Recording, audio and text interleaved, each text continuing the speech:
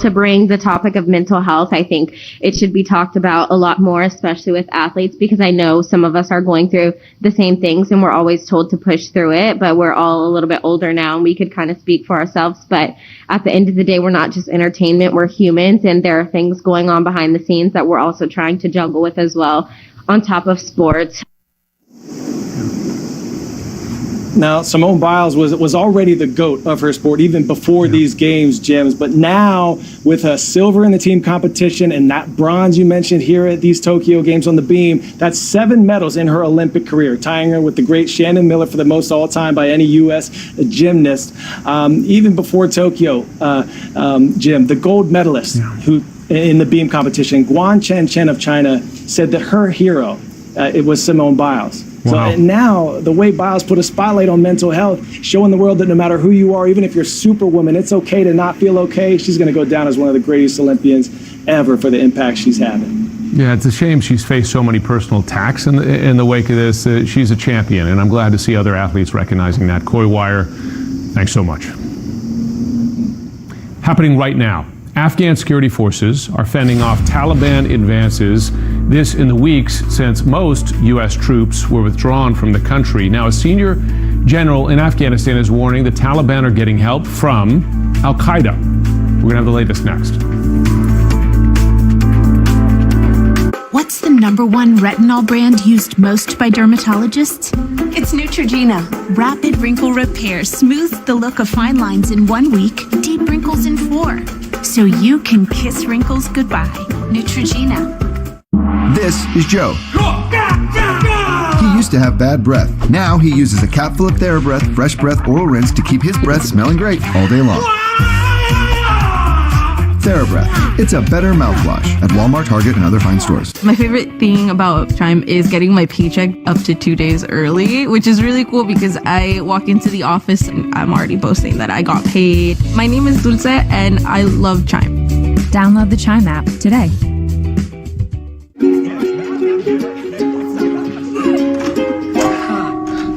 Aloha. Isn't this a cozy little room? Sorry your vacation request took so long to get approved, so you missed out on the suite special, but lucky for you, they had this. When employees are forced to wait for vacation request approvals, it can really cramp their style. Leave you to it. And just with Paycom, employees enter and manage their own HR data in a single, easy-to-use software. Visit paycom.com and schedule a demo today. The moment Proactive started working, I felt relieved, empowered. Get clear skin made easy with our 3 skincare systems. Proactive's got clinically proven ingredients to clear skin. Go back to school breakout free. Go to Proactive.com now and enter promo code SAVE20 for 20% off your first order. Dad needed a place where he would no longer be living alone. We needed a senior living community that could best care for Dad's progressing memory loss. A place where Mom had the experience to guide us. My senior living advisor understood our needs, recommended a range of memory care communities, and was with us every step of the way. It gave us confidence in our decision. Now Dad's getting the special care that he needs. Our service comes at no cost to your family. Connect with us today. Here we go.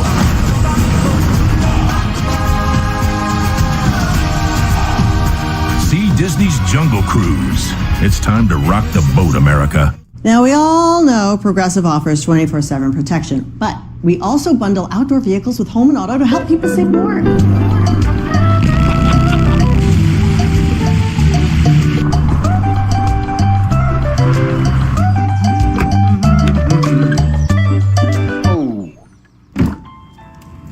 What are you all doing in my daydream? It's better than that presentation. A lot better. You know, whether it's a fraction or a decimal, it's still fun, you know? When you really need to sleep, you reach for the really good stuff. New ZQL Ultra helps you sleep better and longer when you need it most. It's non-habit forming and powered by the makers of NyQuil.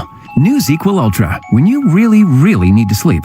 Paul loves food, you want to order? but his diabetes made food a mystery. Everything felt like a no. But then Paul went from no to no.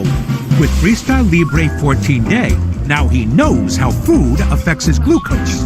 And he knows when to make different choices. Take the mystery out of your glucose levels and lower your A1C. Now you know. Try it for free. Visit freestylelibre.us. Angie's List is now Angie, and it's easier than ever to get your projects done right. Inside, outside, big or small, Angie helps you find the right solution for whatever you need done. With Angie, you can connect with top local pros and see ratings and reviews. Just search or scroll to see upfront pricing on hundreds of projects. And when you book and pay through Angie, you're covered by our happiness guarantee. It's easy to make your home an Angie home. Check out Angie.com today. Angie, and done. What can you do with a higher credit score? I'm excited that my new higher credit score will get me a better credit card with better travel benefits. Shout out to Experian for my 30-point boost. Boost your credit scores for free. Download the Experian app now. Closed captioning is brought to you by Amberen, clinically shown to relieve 12 menopause symptoms. Available in stores everywhere. For relief of hot flashes, night sweats, and low energy, try Amberen. Amberen safely relieves 12 menopause symptoms and helps restore hormonal balance. Available in stores nationwide. This morning, as the U.S. enters the final weeks of its withdrawal from Afghanistan, the Taliban is gaining ground fast. A senior Afghan army commander is urging people to leave one major city where the Taliban has now taken control. And he says this is alarming. Members of al-Qaeda are now mobilizing in large numbers to join Taliban fighters on the front line in Kandahar and Helmand provinces in the south and the southwest. Joining me now to talk about this, CNN national security analyst Peter Bergen. He is the author of a new book out today, The Rise and Fall of Osama bin Laden, the biography. I've been reading it. It's a great book. Peter, good to have you on this morning. You know, it's interesting. Your book, I mean, just the opening passages are so powerful because it describes a sort of shrunken bin Laden in the days and weeks leading up to when he was, killed in the U.S. raid in 2011, kind of, searching for his relevance. I wonder how he would see what we're seeing right now. As the U.S. withdrawals, you see the Taliban advancing and now reports of al-Qaeda members on the front line again. I mean, has the U.S. withdrawal could it lead to a comeback of al-Qaeda there? Well, Jim, I think he'd be delighted. Yeah. We know from the documents recovered in the Abbottabad compound that he was communicating with the leader of the Taliban in the months before he was killed. He was people in al-Qaeda were, funding elements of the Taliban. They were conducting joint operations. And the UN, as you know, just released a report in June in which they described the relations between the Taliban and al-Qaeda as very close. So I think this report is quite disturbing. I mean, we're already half of the districts in Afghanistan are now controlled by the Taliban, according to most reports. They may not be able to take over the whole country, but they certainly can take over much of the south and the east of the country. Yeah. And I've talked to Afghans who say, thousands of foreign fighters are pouring into Afghanistan. A movie we've seen before. Yeah. Unfortunately. You talk in the book about how, there are some successes and failures to the U.S. response to al-Qaeda, 9/11, the invasion of Afghanistan. But one success has been the ability to prevent, to date, a major terrorist attack on U.S. soil by al-Qaeda. Of course, you never want to say never because, this is an ongoing threat. Does al-Qaeda still have the ambition to attack the U.S. homeland? Yeah, ambition is one thing, capability is another. Yeah. Right now, I think they have no capacity to conduct a kind of an attack on. We did have that attack in Pensacola, Florida, back in 2019, which had some links to al-Qaeda in Yemen. Not clear if they directed the attack or just kind of were aware of the attack as it was being planned. That killed 3 American sailors. But that's the only attack by a foreign terrorist organization since 9/11. It's a fact that speaks for itself. Here we are almost 2 decades from the 9/11 anniversary. So we, the United States, have been pretty successful with our offensive capabilities and our defensive capabilities. But now we're pulling out. We're pulling out. And by the way, when you hear public testimony, for instance, from the director of the CIA, he says that not having U.S. boots on the ground there will impact intelligence gathering, but also the concerned counter-terror operations. Has the U.S. made itself more vulnerable with the withdrawal from Afghanistan? We will see. Secretary of State Tony Blinken and then Vice President Joe Biden presided over the withdrawal from Iraq in December of 2011. 3 years later, the United States was back because of the rise of ISIS. I think it's quite improbable that we won't see something not dissimilar. It may not be exactly the same, but the Taliban, they haven't got, their links with al-Qaeda have remained very stable and warm and cordial. It's something I document in my book. It's something that the UN is documenting as we speak. Now, what's remarkable, you bring up the withdrawal from Iraq in 2011. You have a lot of veterans of the Obama administration and the Biden administration who saw that withdrawal backfire, and then it required a return of U.S. military balance, which eventually, over the course of years, did effectively stifle and bring ISIS under control. I mean, do you see a scenario where the U.S. is drawn back into the war in Afghanistan, has to put boots back on the ground again to respond? I do.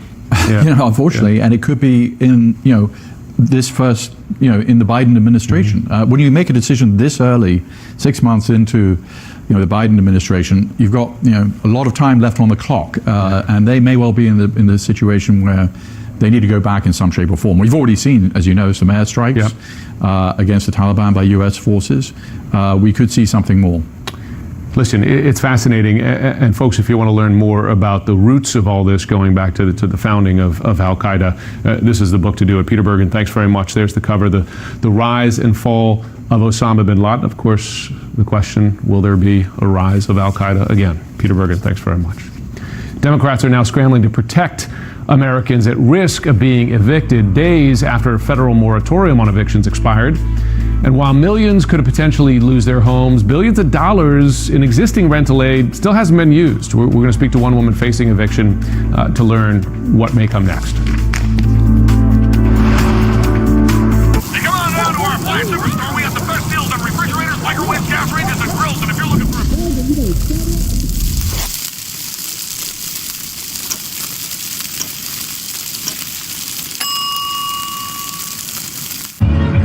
Dearest burger joints, our royal fryness, thanks for keeping your cool when the kitchen is not. We promise to serve you with the respect you deserve. For all of us who weren't born yesterday, there's Consumer Cellular, where you get exceptional value like talk, text, and data for only $20 a month and connect to 99% of the U.S. population. Premium wireless for less. Switch today. Go online or find us at Target. Here we go.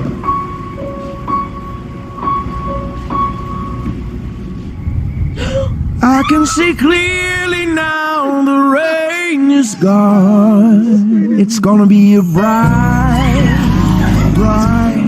sunshiny day. Hey, it's gonna be a bright. Make your reunion happen with Verbo. Your together awaits. Verbo. I see trees of green, red roses too. I see them bloom for me, you, and I think to myself, what a wonderful world. Help keep elephants in our world. Visit WWFheals.org or call this number and symbolically adopt an elephant for just $12 a month. Your support will help WWF protect elephants and other threatened wildlife and their habitats. Go online or call in the next 5 minutes and we'll send you an adoption kit with this adorable plush elephant. Don't let them disappear forever. Act now to help keep elephants and other precious wildlife in our world. Go online or call now.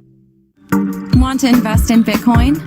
It's as easy as GBTC. Grayscale Bitcoin Trust is the world's largest Bitcoin investment vehicle. Type GBTC into your brokerage account to invest in Bitcoin today. Your shipping manager left to find themselves, leaving you lost. You need to hire. I need Indeed. Indeed you do. Indeed Instant Match instantly delivers quality candidates matching your job description. Visit Indeed.com/hire.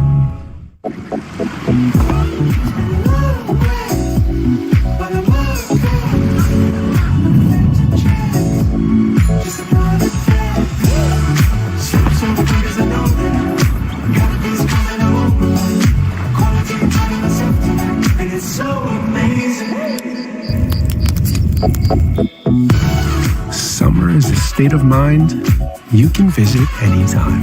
Savor your summer with Lincoln. Lawrence of Arabia, the Arab Revolt, and the battle for Jerusalem. Jerusalem, city of faith and fury. An all-new episode Sunday at 10, only on CNN. Broken air conditioner? That could be a $4,400 bill you weren't expecting. Fridge on the fritz? That could cost you $2,500. Get the First American Home Warranty Plan. And when a covered item breaks, call or click. That's it. And we'll repair or replace it for you. We have plans that cover air conditioning, most appliances, plus heating, plumbing, electrical systems, and much more. Plans start as low as $25 a month. Why let a major system or appliance breakdown bust your budget or go through the hassle of trying to find trustworthy service people? Saved us thousands of dollars. And I know they have my back. Last year alone, we saved our customers over $140 million. Don't wait until it's too late and you're stuck with a huge repair bill. If you don't have First American Warranty, get it. Call 1-800-854-2831 or visit protectmybudget.com for a free no-obligation quote. That's 1-800-854-2831. The Bunker Boom, a CNN film short, Saturday at 9 Eastern. Just minutes from now, Treasury Secretary Janet Yellen is expected to update House Democrats on how the federal government can speed up the process of getting billions of dollars in existing aid to people at risk of losing their homes. The number of Americans in danger of being affected has actually declined since its peak at the height of the pandemic, but the CDC moratorium on evictions has expired and many remain in need. A recent U.S. Census survey found that more than 7 million Americans are behind on the rent. More than 3 million people say that they will likely be evicted soon without help. Our next guests understand the economic devastation still being felt by so many people. Joining me, Angela Young. She herself is in danger of losing her home. Seamus Roller, he's the Executive Director of the National Housing Law Project. Thanks so much to both of you. Angela, I'd like to begin with you just to tell how you're being affected by this. You're at home and you're taking care of an elderly relative. Tell us the situation you're in right now. Yes, I'm at home and I'm actually taking care of several elderly relatives. I have a cousin here that moved in to get a situation. So she had to come in. She's not elderly, but she's in bad shape. And she got into a situation, come cross country and stay at my house.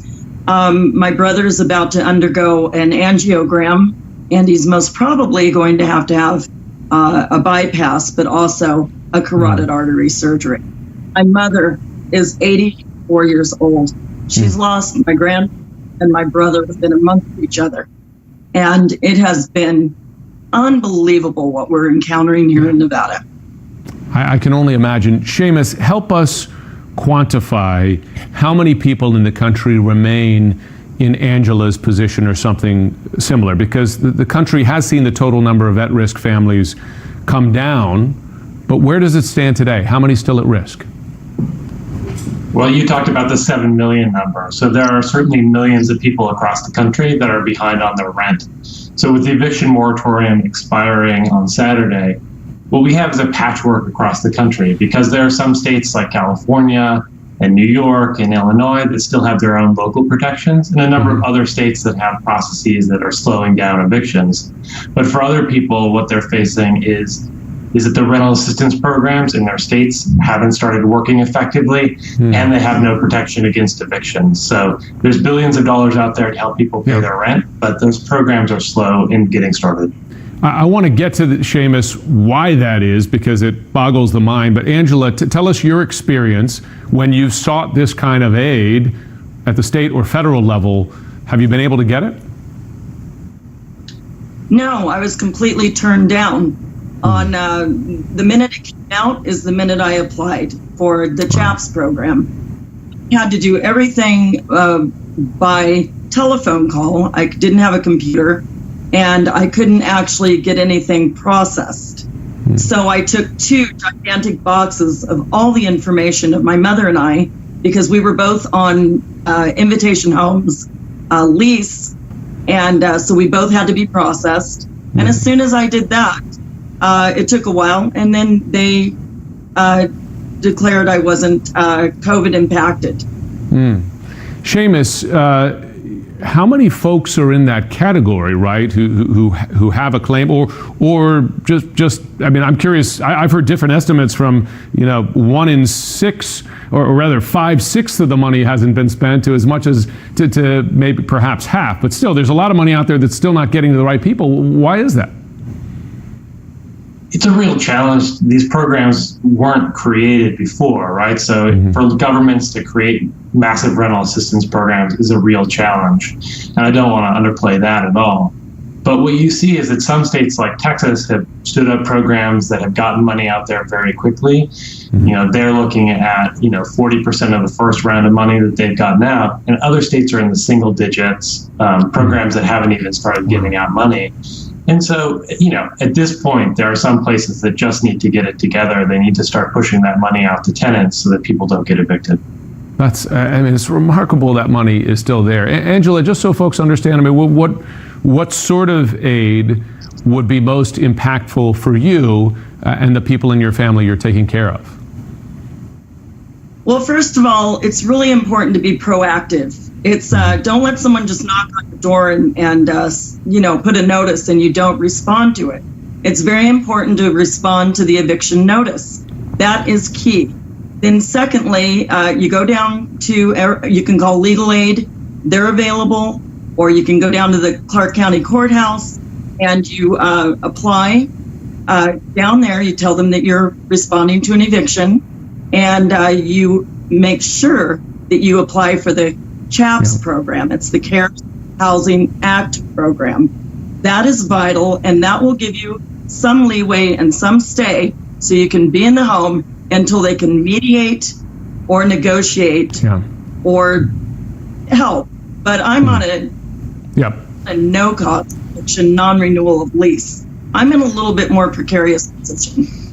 Well, listen, Angela, we certainly empathize with you, and we hope you do get the help you need. And thank you, Seamus Roller, for helping us understand the broader issue here. You hope that existing funding gets to the folks who need it. And thanks to both of you. Just a quick note at the top of the hour, the New York Attorney General will hold a news conference to make a, quote, major announcement. Something to watch. We're going to bring you that news conference live. And thanks so much to you for joining me today. So much news to cover. I'm Jim Sciutto. At this hour with Kate Baldwin starts right after a short break.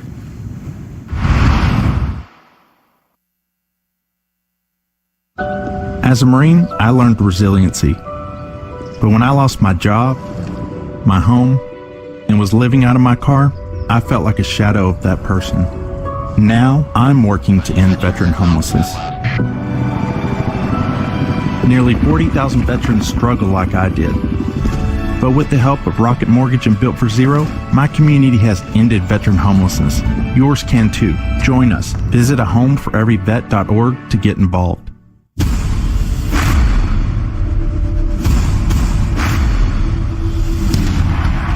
We Love New York City, the Homecoming Concert, August 21st, exclusively on CNN. Presented by Expedia. If you're like I was, you're tired of worn-out plastic mats under your office chair. They dent and crack, and they're uncomfortable to roll on. I found a premium alternative, a glass chair mat by Vitraza. I liked it so much, I bought the company. I'm George Pardo, president of Vitraza. Our glass chair mats are made of super strong glass and protected with a nanotech coating, so you'll always get a smooth, easy glide. And they're beautiful. Tired of replacing plastic? I promise this is the last chair mat you'll need. And we give you a lifetime warranty. Comfort, style, durability. A Vitraza glass chair mat will completely transform your workspace, home office or office. We stock 18 popular sizes, and we ship free to anywhere in the lower 48. Get the look you deserve. I invite you to shop online at Vitraza.com. Use promo code TV and save 10% on any glass chair mat at Vitraza.com.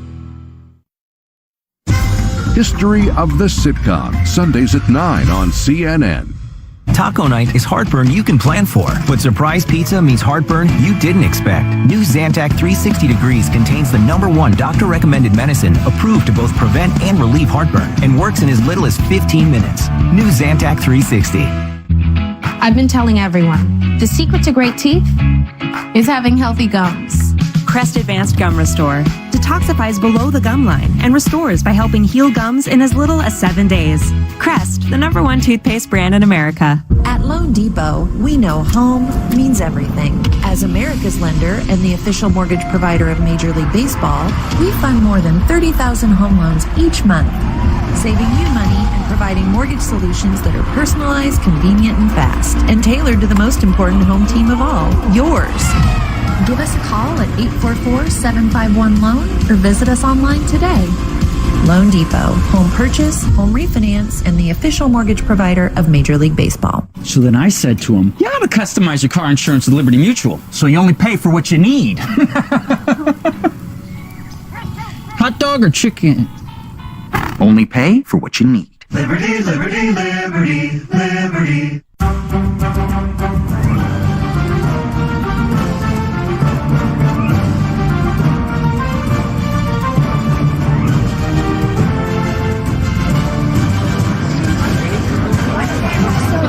5 years ago, I told you your mattress was awful. Remember this guy?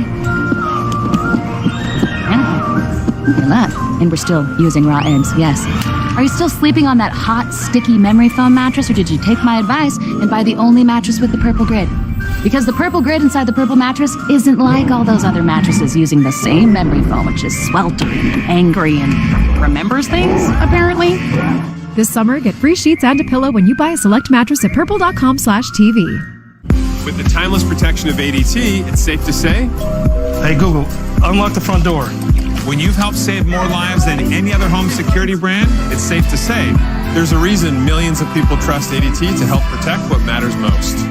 Subway has so much new it didn't fit in their last ad, like this new and improved steak and cheese, loaded with our new tender steak that's marinated and thicker slice on our new artisan Italian bread. Man, you covered up the foot long. The Eat Fresh Refresh at Subway. It's too much new to fit in one commercial. Closed captioning brought to you by TheraWorks Relief. Prevent and relieve muscle cramps. If you suffer from muscle cramps in your legs and feet, TheraWorks Relief can help. Get TheraWorks Relief today. Available in stores everywhere. Hello, everyone. I'm Kate Baldwin. Here's what we are watching at this hour. A tipping point. Hospitalizations hit a critical number that we haven't seen since February. But the number of shots in arms is rising, too, giving some reason for new hope. President Biden is set to speak today. A police department left grieving. A fourth police officer who responded to the January 6th insurrection dies by suicide. And courage in Tokyo. Simone Biles returns to compete in the Olympics, a finish she says means more than any gold medal she has ever won before. Thanks for being here, everybody. We have a lot to get to this hour, but at this very moment, we are waiting for what is being described as a major announcement from New York Attorney General Letitia James. You see the live room where it is about to begin. The details on what they will announce, very limited. We are going to bring the news to you when it begins. We are also keeping a close eye on the White House, where in a few hours, President Biden will be laying out where the country stands right now in the fight against COVID. It comes at a critical moment, one marked by a dramatic surge in cases, a stubborn resistance by some still to getting a shot, but also a moment of new hope. The White House says that it met its goal of 70% of eligible adults vaccinated with at least one dose, although it's a benchmark that they met 1 month later than they had hoped. But where the new hope comes in is the number of people getting shots in arms is on the rise again, particularly in states getting hit the hardest by the Delta variant. Here's how one nurse in Alabama put it to CNN this morning. There does seem to be this tipping point where they are finally a little more scared of the virus than they are the vaccine. And so they're seeking it out. Like I said, they want to get back to some sort of normalcy, but they're also seeing family and friends who are getting sick and hospitalized, and they're getting scared. The Delta variant is still surging all across the country, mostly among the unvaccinated. More than 90% of the U.S. population lives in a county where people should now be wearing masks indoors, according to the new CDC guidelines. The country is averaging about 85,000 new cases per day, an increase of nearly 50% over the previous week. Just look at the chart. It tells the story. 5 states make up nearly half of the new cases being reported. You see them there: Louisiana, Florida, Texas, California, and Missouri. But let's start in New York City, actually, where Mayor Bill de Blasio just made a major announcement regarding vaccine requirements here. CNN's Athena Jones is joining me now. She has all of the details. So, Athena, what did the mayor say? Hi, Kate. Well, look, this is a big deal, and the Mayor de Blasio, hopes it will make a big difference. He introduced what's being called the Key to New York Pass. This is a program that will launch softly starting August 16th, come into full effect, and be enforced September 13th, the week after Labor Day. It requires a proof of vaccination for anyone who wants to dine indoors, who wants to work out in a gym, who wants to go to a theater or see a performance. As you can see, they're launching in just a couple of weeks, and there will be an education campaign. This is similar to what we've seen France roll out, requiring proof of vaccination, or in that case, a negative COVID test. We're also seeing it in Italy. This is something that we've heard the mayor stressing over and over again. Look, he stopped short just yesterday of bringing back an indoor mask mandate. He said Friday that his focus is on vaccines, on getting more people vaccinated, because that is what will make a difference. Here's more of what he had to say about this new health pass. This is a miraculous place, literally full of wonders. And if you're vaccinated, all that's going to open up to you. You'll have the key, you can open the door. But if you're unvaccinated, unfortunately, you will not be able to participate in many things. That's the point we're trying to get across. And of course, the mayor had several leaders from the business community and from politics who came on to show their support for this move. Some calling it a defining moment. Notably, you had a congressman from the Bronx and another state senator from a part of Queens. These are areas that have had lagging vaccination rates when compared to the whole city. A lot of folks say this is going to help the city stay open, be good for business, good for people's health, and good for the overall economy. Kate? Interesting. Athena, thank you so much for that report. So hospital staff in major hotspots are also sounding the alarm as unvaccinated patients continue to fill up intensive care departments. In Arkansas, the state just reported the highest increase in COVID hospitalizations since the beginning of the pandemic. And in Louisiana, which just reinstated an indoor mask requirement, one health official says the state will likely hit today its highest number of hospitalized COVID patients at any point of the pandemic. CNN's Nadia Romero is live in New Orleans with this important side of the story. Nadia, what are you learning there? Okay, we just learned that a disaster medical assistance team just arrived in Louisiana this week. And when you think about a disaster team, you likely think it's after a hurricane or a big storm, but no, they're here to help out after COVID-19. Specifically, the Delta variant has been ripping through Louisiana and much of the South. And then the other part of that is the number of unvaccinated people. This part of the country lagging behind the rest of the nation when it comes to vaccination rates. Now, we spoke with the largest hospital in the state over in Baton Rouge, not far from here, and they tell us they're starting to see a younger population. Cases are rising, hospitalizations, and people under the age of 50 and children. Now, I asked them about the ages, and they said the oldest child is about 17 years old, the youngest, a 3-week-old baby.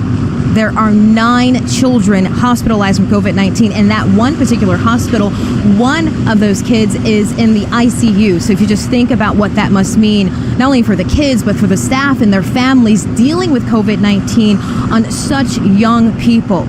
Well, the governor here in Louisiana, John Bel Edwards, he says we have all of that to contend with on top of the fact that we have a hospital staff shortage. Listen to him talk about the dire need they have for more people to come and help out in the hospitals here all across the state. What we don't have is enough staff. We're short nurses in Louisiana, period, for example. And right now, we have nurses that are out because they too have contracted COVID, and other staff members out, maybe respiratory therapists and so forth. And this really is causing a tremendous problem across our state. So there is a bright spot here, though. We are seeing in 8 states that have the lowest vaccination rates, they are starting to pick up with more people getting vaccinated finally at this point during the pandemic. Kate?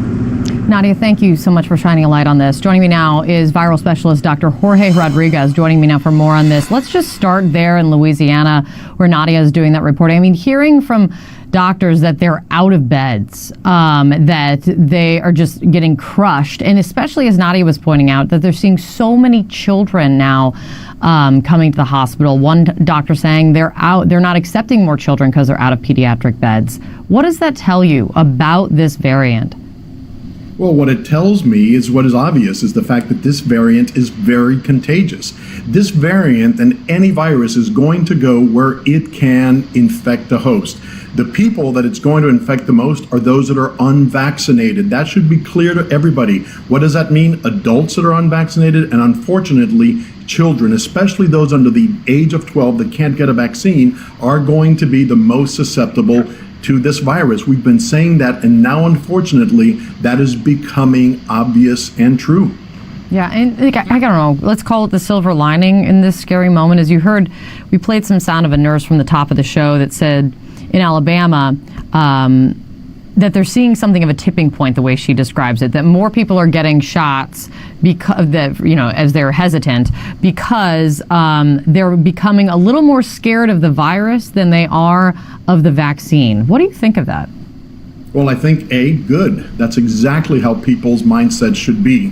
One of the bad things about this pandemic, actually many bad things, but one of them is that people don't see how the people that get this suffer and how they die, and because they die alone, they can't see it. But now... Oh, Doctor, I'm going to have to cut in. I need to jump over right now. The Attorney General of New York, Letitia James, coming to the podium for what is being billed as a major announcement. Let's listen in. Good morning.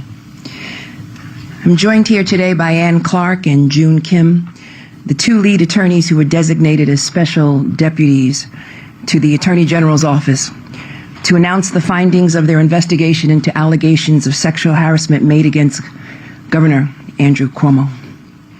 I'll make a brief statement and then turn it over to Ms. Clark and to Mr. Kim, who will delve into the investigation's findings. The independent investigation has concluded that Governor Andrew Cuomo sexually harassed multiple women and in doing so violated federal and state law.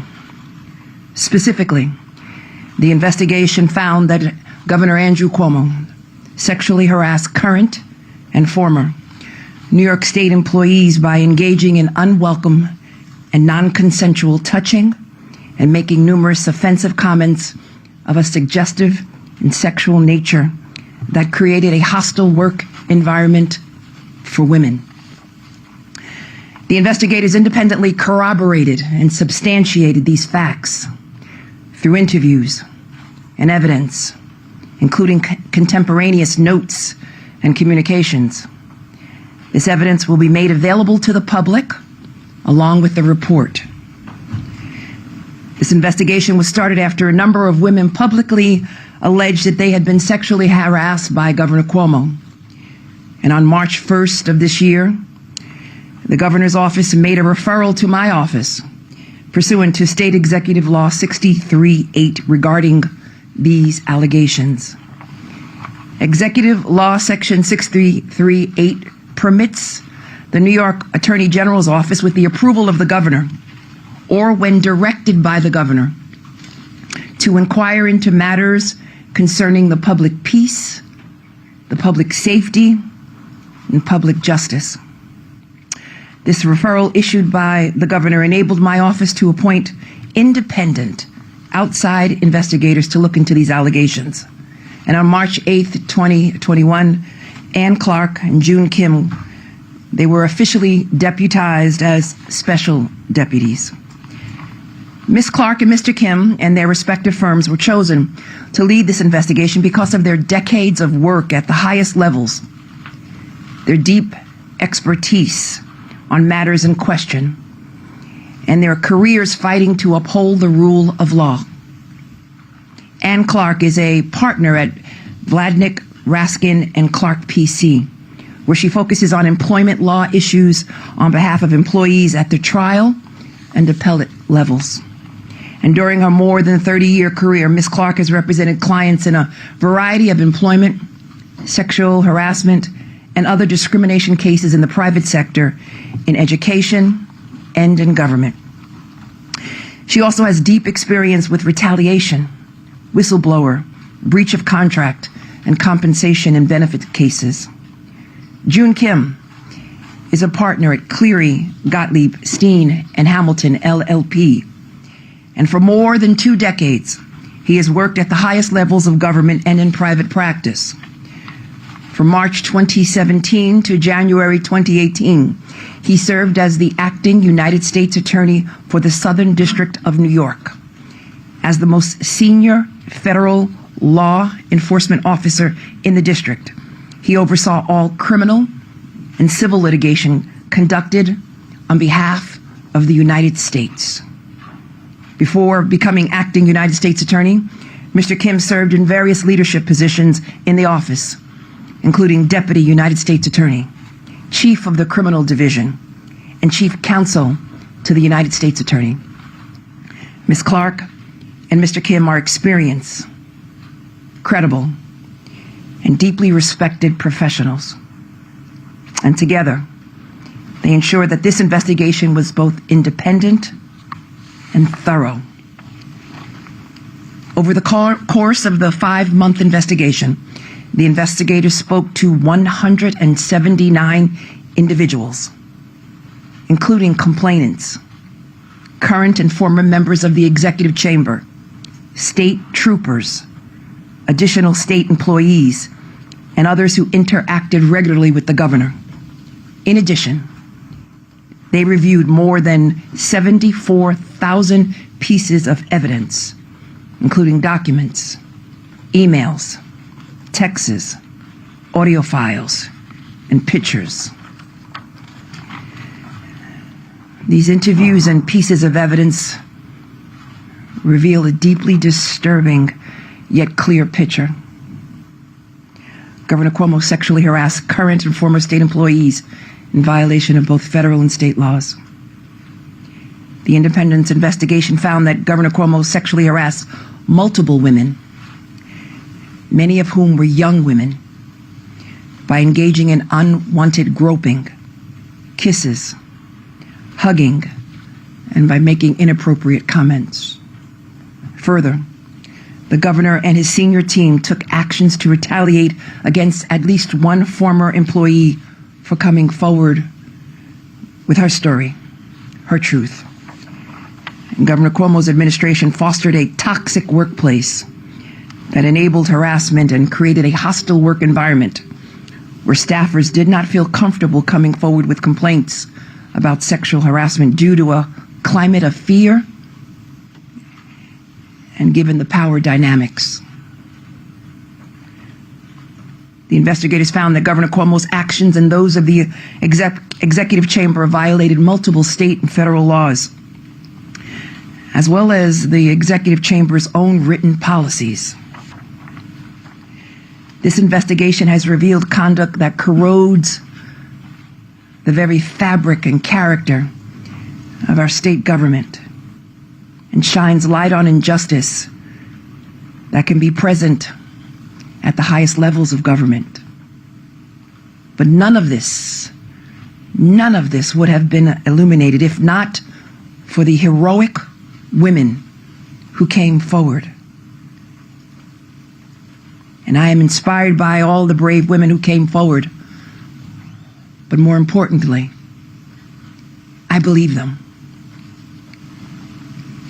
And I thank them for their bravery. And I thank the independent investigators for their professionalism, despite the attacks, and for their dogged determination that brought us to the truth. And now we will hear from June Kim and Ann Clark, who will walk us through the report and their findings.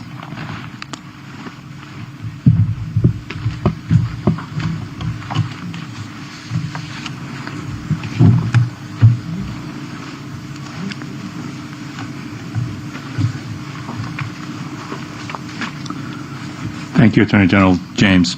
Good morning.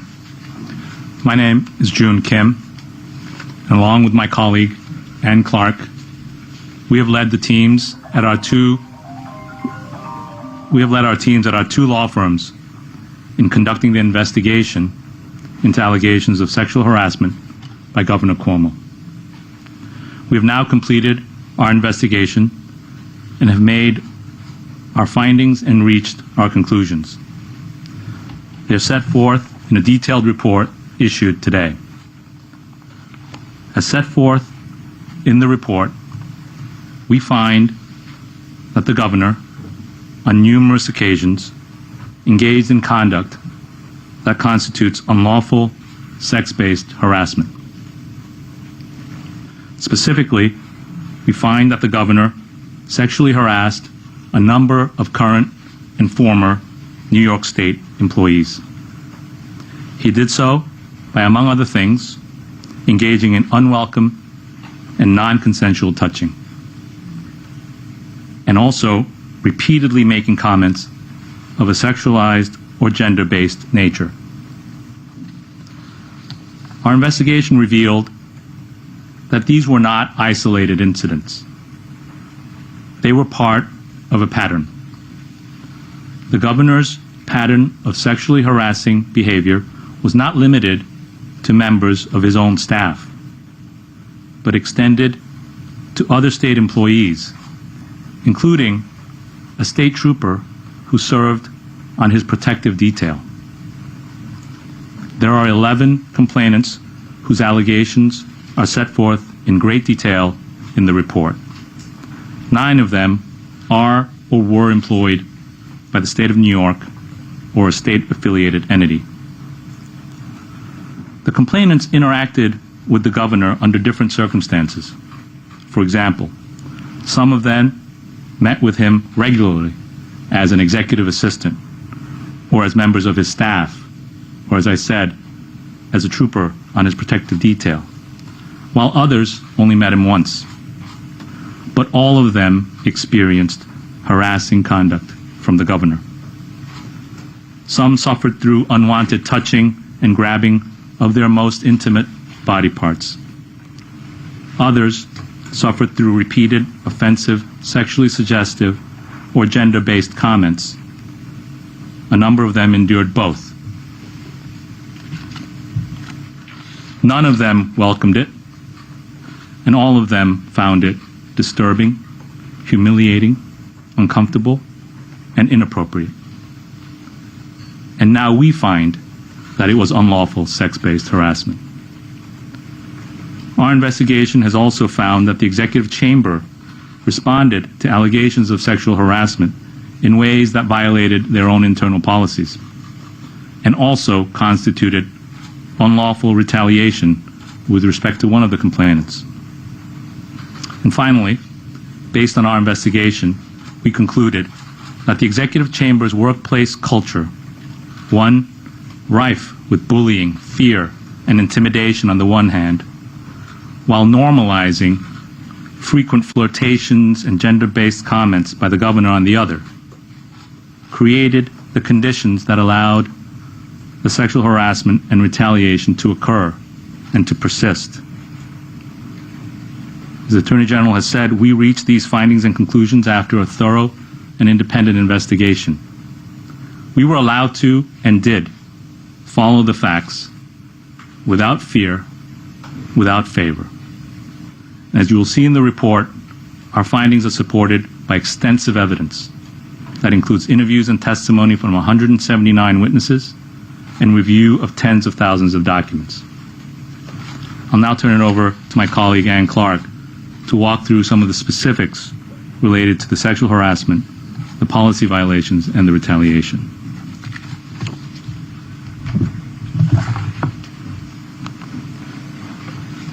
We find that the governor on many occasions engaged in sex-based harassing conduct and conversations. The most serious was the governor's unwelcome physical contact with women, including touching intimate body parts. He engaged in this conduct with state employees, including those who didn't work in the executive chamber, as well as non-employees. One current employee, who we identify as Executive Assistant Number 1, endured repeated physical violations.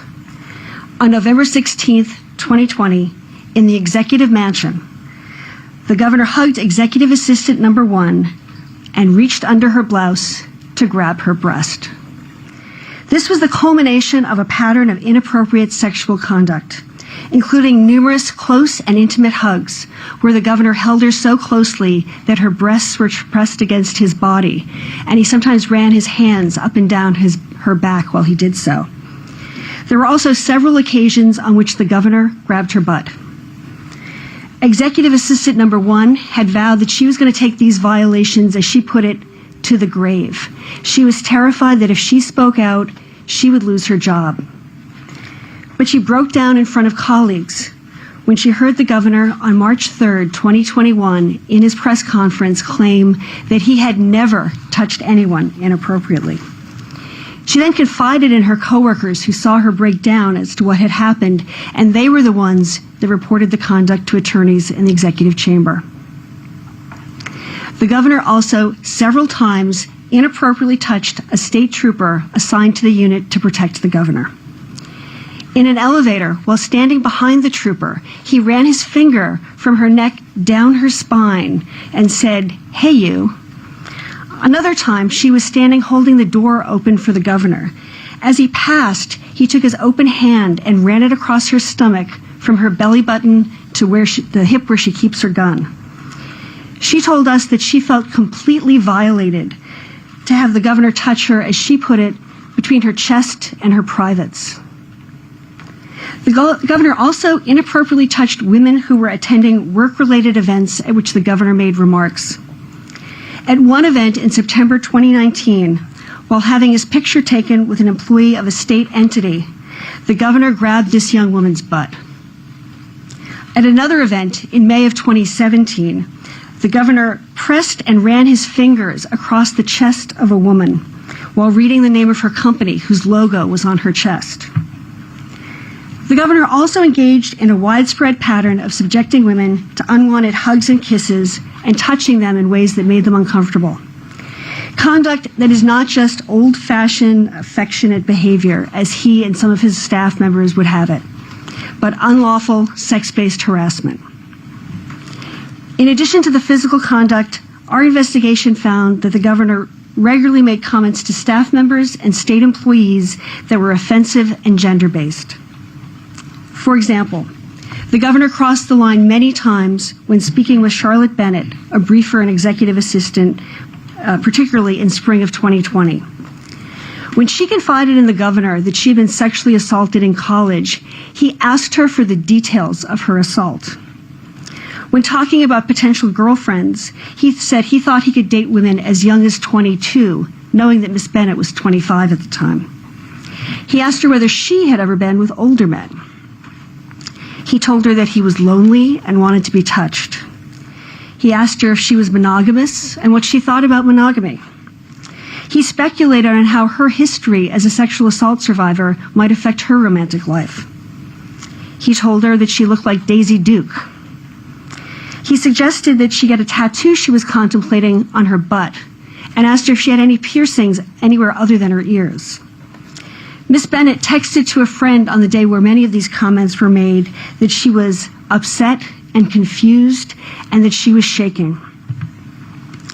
Another example is the governor's comments to the state trooper, the same trooper he touched on the stomach and back.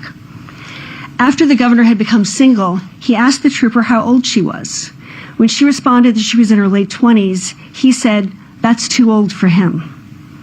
He then asked her how much of an age difference he thought he could have between him and a girlfriend and have the public still accept it. She suggested it might be a good idea to stick with women at least as old as your daughters. She then tried to deflect the conversation by asking the governor what he was looking for in a girlfriend. He responded that he was looking for somebody who could handle pain. Another time, when the governor found out that the trooper was engaged, he asked her why she'd want to get married because, among other things, your sex drive goes down. As detailed in the report, employees recounted a pattern of similarly offensive comments and conversations, such as the governor repeatedly asking Executive Assistant Number 1 whether she would cheat on her husband, saying to her, "If you were single, the things I would do to you," telling her that she looked great for her age, which was early 30s, and for a mother, calling her and coworker Alyssa McGrath mingle mamas, comparing Lindsay Boylan to to a more attractive version of one of his ex-girlfriends and to actresses. Women also described to us having the governor seek them out, stare intently at them, look them up and down, or gaze at their chest or butt. In sum, the governor routinely interacted with women in ways that focused on their gender, sometimes in explicitly sexualized manner, in ways that women found deeply humiliating and offensive. Both federal and state law prohibit gender-based harassment in the workplace. In fact, the governor himself, in August of 2019, passed a law that eliminated in New York State the requirement that harassing conduct needed to be severe or pervasive. In New York, a woman need only show that she was treated less well, at least in part, because of her gender. The governor's conduct, detailed in the report, clearly meets and far exceeds this standard. We also find that the executive chamber failed to follow its own harassment policies and procedures, ones that on paper are consistent with New York legal requirements. This was exemplified by the handling of Charlotte Bennett's complaint. In June of 2020, Ms. Bennett told the governor's chief of staff about recent conversations of a sexual nature that were so uncomfortable that she no longer wanted to interact with the governor. The chief of staff relayed Ms. Bennett's complaints to others in the governor's inner circle and transferred Ms. Bennett within days. 2 weeks later, the chief of staff and a special counsel spoke with Ms. Bennett, who detailed interactions with the governor that went back to May of 2019. The chief of staff and special counsel both found Ms. Bennett to be credible. The chief of staff consulted with the special counsel and with Melissa DeRosa, the secretary to the governor, and they decided they did not need to report this to the Governor's Office of Employee Relations, GOER, or conduct any meaningful investigation. They simply moved Ms. Bennett and instituted a policy of not having a junior staffer be alone with the governor, and even that, they said, was to protect the governor. That response, we find, was a violation of the Executive Chamber's harassment policy, which clearly requires that all possible harassment be reported to GOER and investigated.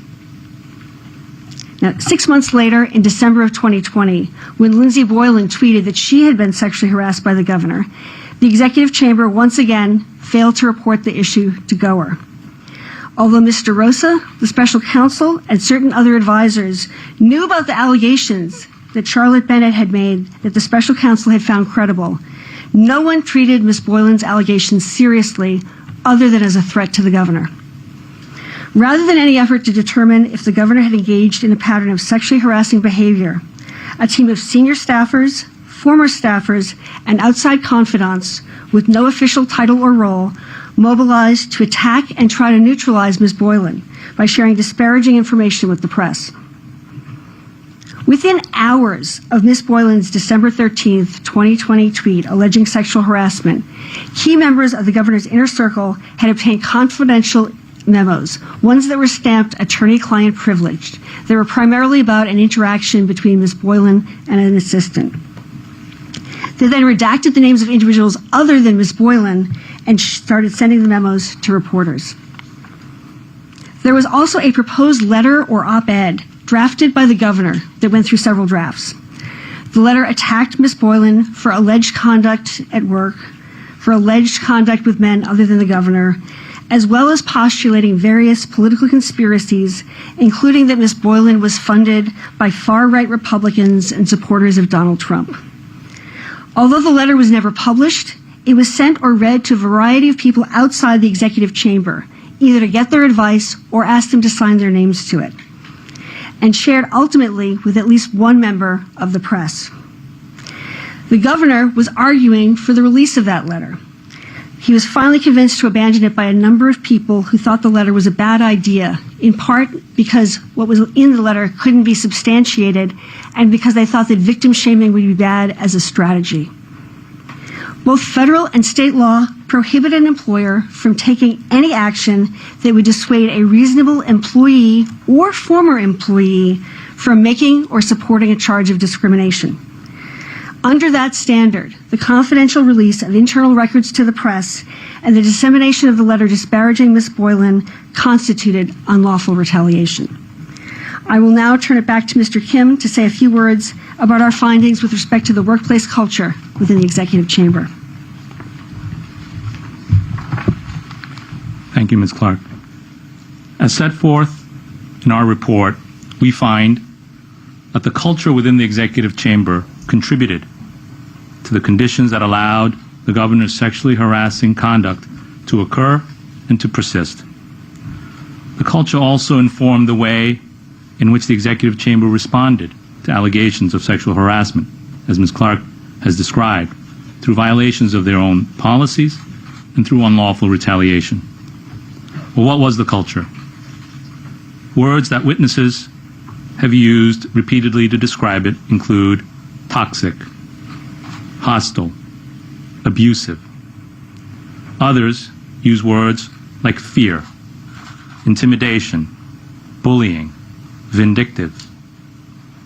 As one senior staffer stated bluntly, as the sexual harassment allegations became public in March of this year in text exchanges with another in the in the administration, I quote, "Hopefully, when this is all done, people will realize the culture, even outside of the sexual harassment stuff, is not something you can get away with. You can't berate and terrify people 24/7. Close quote. It was a culture where you could not say no to the governor. And if you upset him or his senior staff, you would be written off, cast aside, or worse.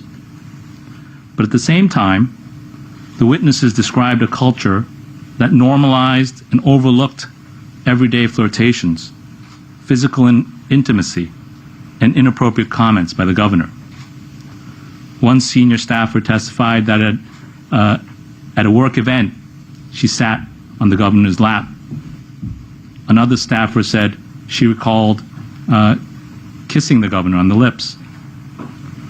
The governor testified that those things may have happened with senior staffers. One complainant described her interactions with the governor by saying they were, quote, strange and uncomfortable. But it was like the Twilight Zone. The typical rules did not apply.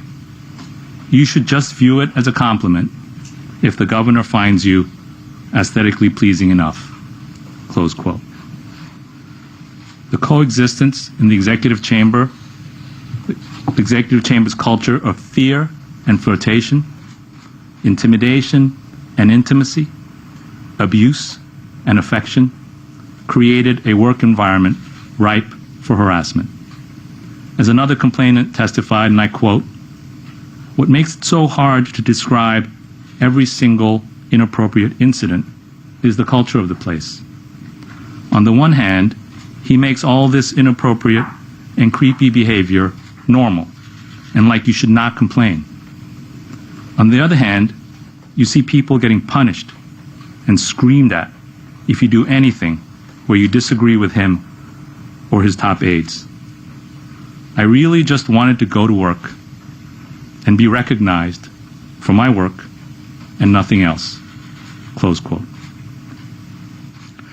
Charlotte Bennett, the complainant Ms. Clark mentioned, who was transferred after she reported inappropriate comments by the governor to senior staff, summarized her experience in a text message as follows, quote, "The verbal abuse, intimidation, and living in constant fear were all horribly toxic, dehumanizing, and traumatizing. And then he came on to me. I was scared to imagine what would happen if I rejected him.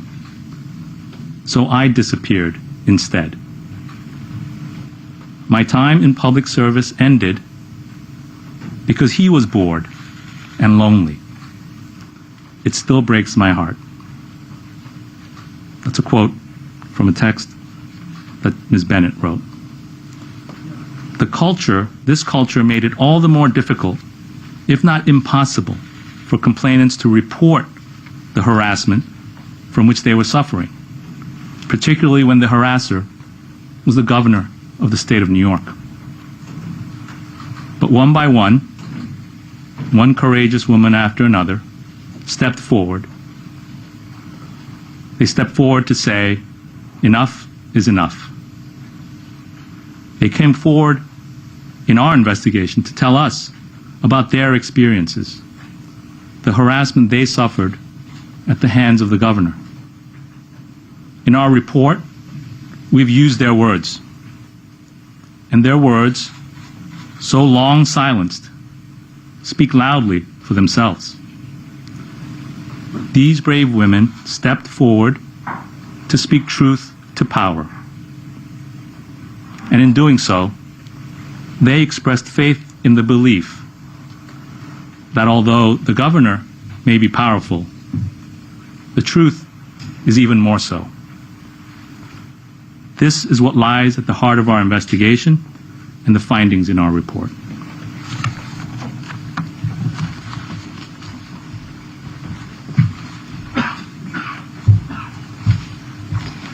We will now take questions, and the questioning will be directed by Delaney Kempner. Hold on.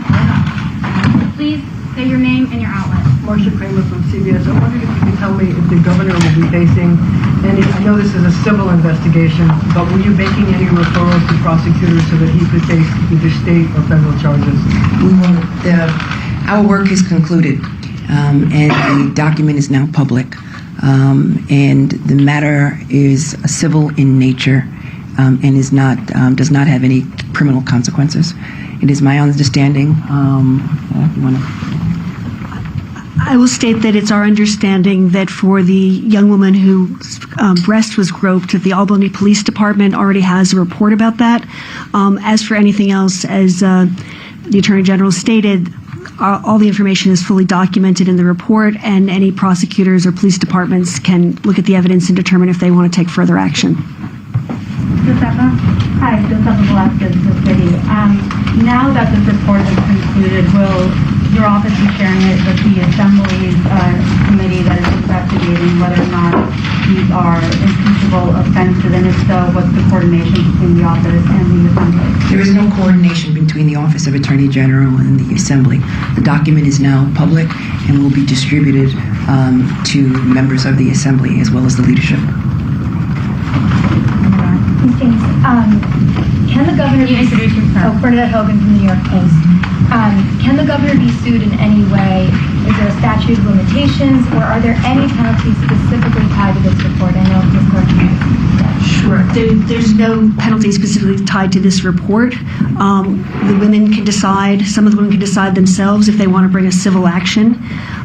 The statute of limitations is generally 3 years under one federal statute in the state law and a little bit shorter under another federal statute, although for hostile work environments, as long as one act occurs within the statute of limitations, one can go back to cover the entire hostile work environment. And in regards to the violation against the executive chamber's own policy, what kind of violations could be? I can't think of a specific law that would violate, but that certainly is taken into account in determining liability for sexual harassment. Dave Owens, Ms. James, can I ask you, do you think the governor, given the devastating nature of this report, and I get what you're saying about it's up to local prosecutors if they want to move forward on this, but do you think that this would all be wrapped up well if you would resign, leave? That decision ultimately is up to the governor of the state of New York. The report speaks for itself. And right now I think we should all be focused on the courageous and bravery of the women who came forward. Focused on keeping women safe, believing women, and allowing women to speak their truth. And that's exactly what this document does. Andrew Steff from WNBC. You mentioned in your opening remarks today defending the credentials of your investigators today. Were you personally bothered by the governor's own remarks in the past week or so that you could just Google their backgrounds and draw your own conclusion that this is a politically motivated investigation? There were attempts to undermine and to politicize this investigation.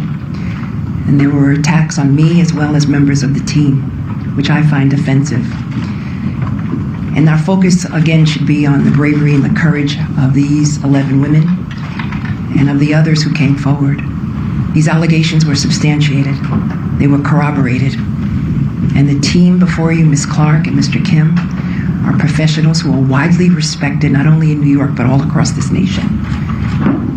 And I support their work, will defend their work, and I believe these women. Zach King from New York One. You mentioned that it corroborated a lot of what the witness testimony was who you spoke with during the investigation. When you interviewed Governor Cuomo, did he admit to or deny the majority of what was said here? There was a combination. There are some incidents that he admitted to but had a different interpretation of, and there were other things that he denied or said he didn't recall. Speak a little bit more about that. Gwen, WNYC, can you speak a little bit more about what that conversation, that 11-hour conversation was like the other week? I can't recount all 11 hours of it. As I said, there were certain things, like he admitted that he asked Ms. Bennett whether she had been involved with older men. He denied touching the state trooper, although he said he might have kissed her at an event. And there were certain things that he turned around and said that, for example, the executive assistant number 1, that he did hug her repeatedly, but claimed she was the one who initiated the hugs. So it was a mixture of admitting to certain things but putting a different spin on them and denying others. People outlined in the report. Shimon Prokopez from CNN. So what are the next steps here? You have this report, obviously a lot of devastating information in it. A lot of people are going to ask, okay, so what happens next? And you're not referring it for criminal charges. What are the next steps that you would like to see, perhaps maybe the assembly take or someone else take to have some other kind of punishment or something else here? Because right now it just seems like you have this report and it's out there, and what would be the next steps? We were tasked with the responsibility of engaging in an investigation, and we have concluded our investigation, and our work is done. And so as it relates to next steps, that's entirely up to the governor and or the assembly and the general public. But the work of the Office of the Attorney General and these special deputies has concluded. Do you think the governor should run for re-election? That's a political question. The work of the Office of the Attorney General is done. Okay, we're going to take 2 more questions in here, and then we're going to go virtual. Hi, Dana Rubenstein from the New York Times. This is a little bit of a hypothetical, but if an individual with a history of running a workplace like this were running for governor, would you consider that person fit to serve as the leader of New York State? I don't engage in speculation, Dana. The report speaks for itself. They substantiated and corroborated the allegations and have issued findings that, in fact, the governor violated state and federal laws. Okay, this is the last one here, and then we're going to go virtual. Adam Reese, NBC News.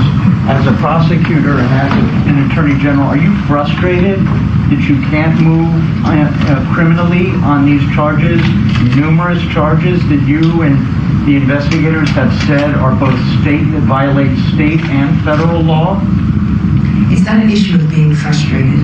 The issue, we were tasked with the responsibility by the governor of the state of New York to issue a report, and we have issued this report. And all throughout the process, we put our heads down, we've done our work, and at this point, the chip lab, we're going to allow the chips to fall where they may. Okay, we're going to go virtual now. Fabian? Thank you, everybody. If you have a question, please click the raise hand button. If you have a question, please click the raise hand button. First, we're going to hear from John Campbell from Gannett. John, your mic is open. Hi, Attorney General. A couple questions, and I apologize. It's tough to hear some of the questions, so that some of these might be repeats here. But the investigation into the governor's book deal, as well as the staff resources that were used on that, does that remain ongoing? That's separate from this. Is it still ongoing? And also, can you make some sort of formal referral to prosecutors' offices based on on this report today, or is that something that they would have to pick up the ball on their own? The investigation with respect to the book and whether or not public resources were utilized is ongoing, and it's separate and apart from this investigation. And with regards to criminal jurisdiction usually is conveyed upon the Office of Attorney General. Usually we get a request under the executive law. And at this point in time, our work is concluded, and we will not be engaging in any criminal investigation with respect to the conduct of the governor of the state of New York. Our second question is from Josh Dawsey from Washington Post. Josh, your line is open.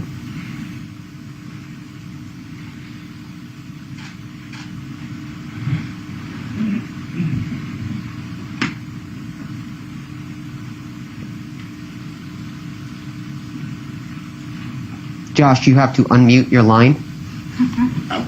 Can you hear me now? I'm sorry. Yeah, we can hear you, Josh. I said, hi, Attorney General. Hi, Josh. There appear to be about 11 allegations here, 11 different victims. Did you find all 11 of the victims who came forward to be credible, and were you able to find contemporaneous notes or proof about all 11 of the victims? We found all 11 women to be credible. There was corroboration to varying degrees. Probably at the end of being most corroborated, Charlotte Bennett talked to people and texted people contemporaneously. Some of her texts were practically in real time regarding conversations with the governor. As well, the reports that she made to the chief of staff and the special counsel, their contemporaneous notes are quite consistent with what she has said to the press and what she told us.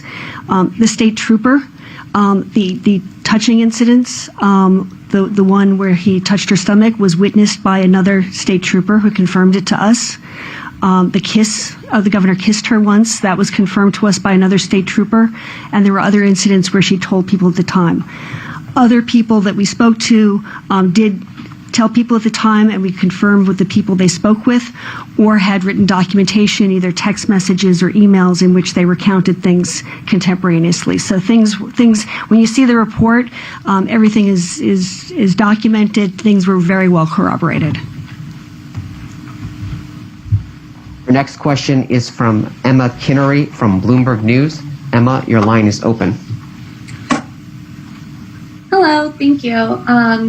I was wondering, you said that your work is done, but there's still a criminal matter in place. What will happen from there? So I cannot speculate as to what will happen from external agencies and or external legislative bodies. That is entirely up to them. But as far as the Office of Attorney General is concerned, our office and our investigation has concluded. We will be issuing this report along with evidence to the general public. Our next question is from Brian Tarnelli from the New York Law Journal. Yes, can you hear me okay? Yes. So I know that there was mention of a report to the Albany Police Department regarding the groping incident. Can you specify if that was made by the executive chamber, or has the victim herself stepped forward and given a report to the Albany Police Department? It's our understanding that the report was made by the executive chamber.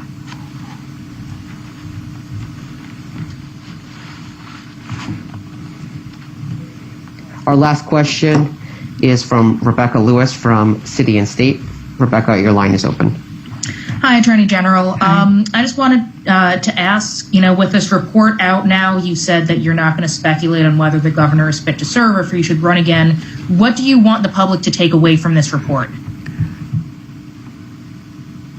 That these 11 women were in a hostile and toxic work environment, and that we should believe women, and that what we have an obligation and a duty to do is to protect women in their workplace. And what this investigation revealed was a disturbing pattern of conduct by the governor of the great state of New York. And those who basically did not put in place any protocols or procedures to protect these young women who believed in public service. I believe women, and I believe these 11 women. I thank you all for being here this morning.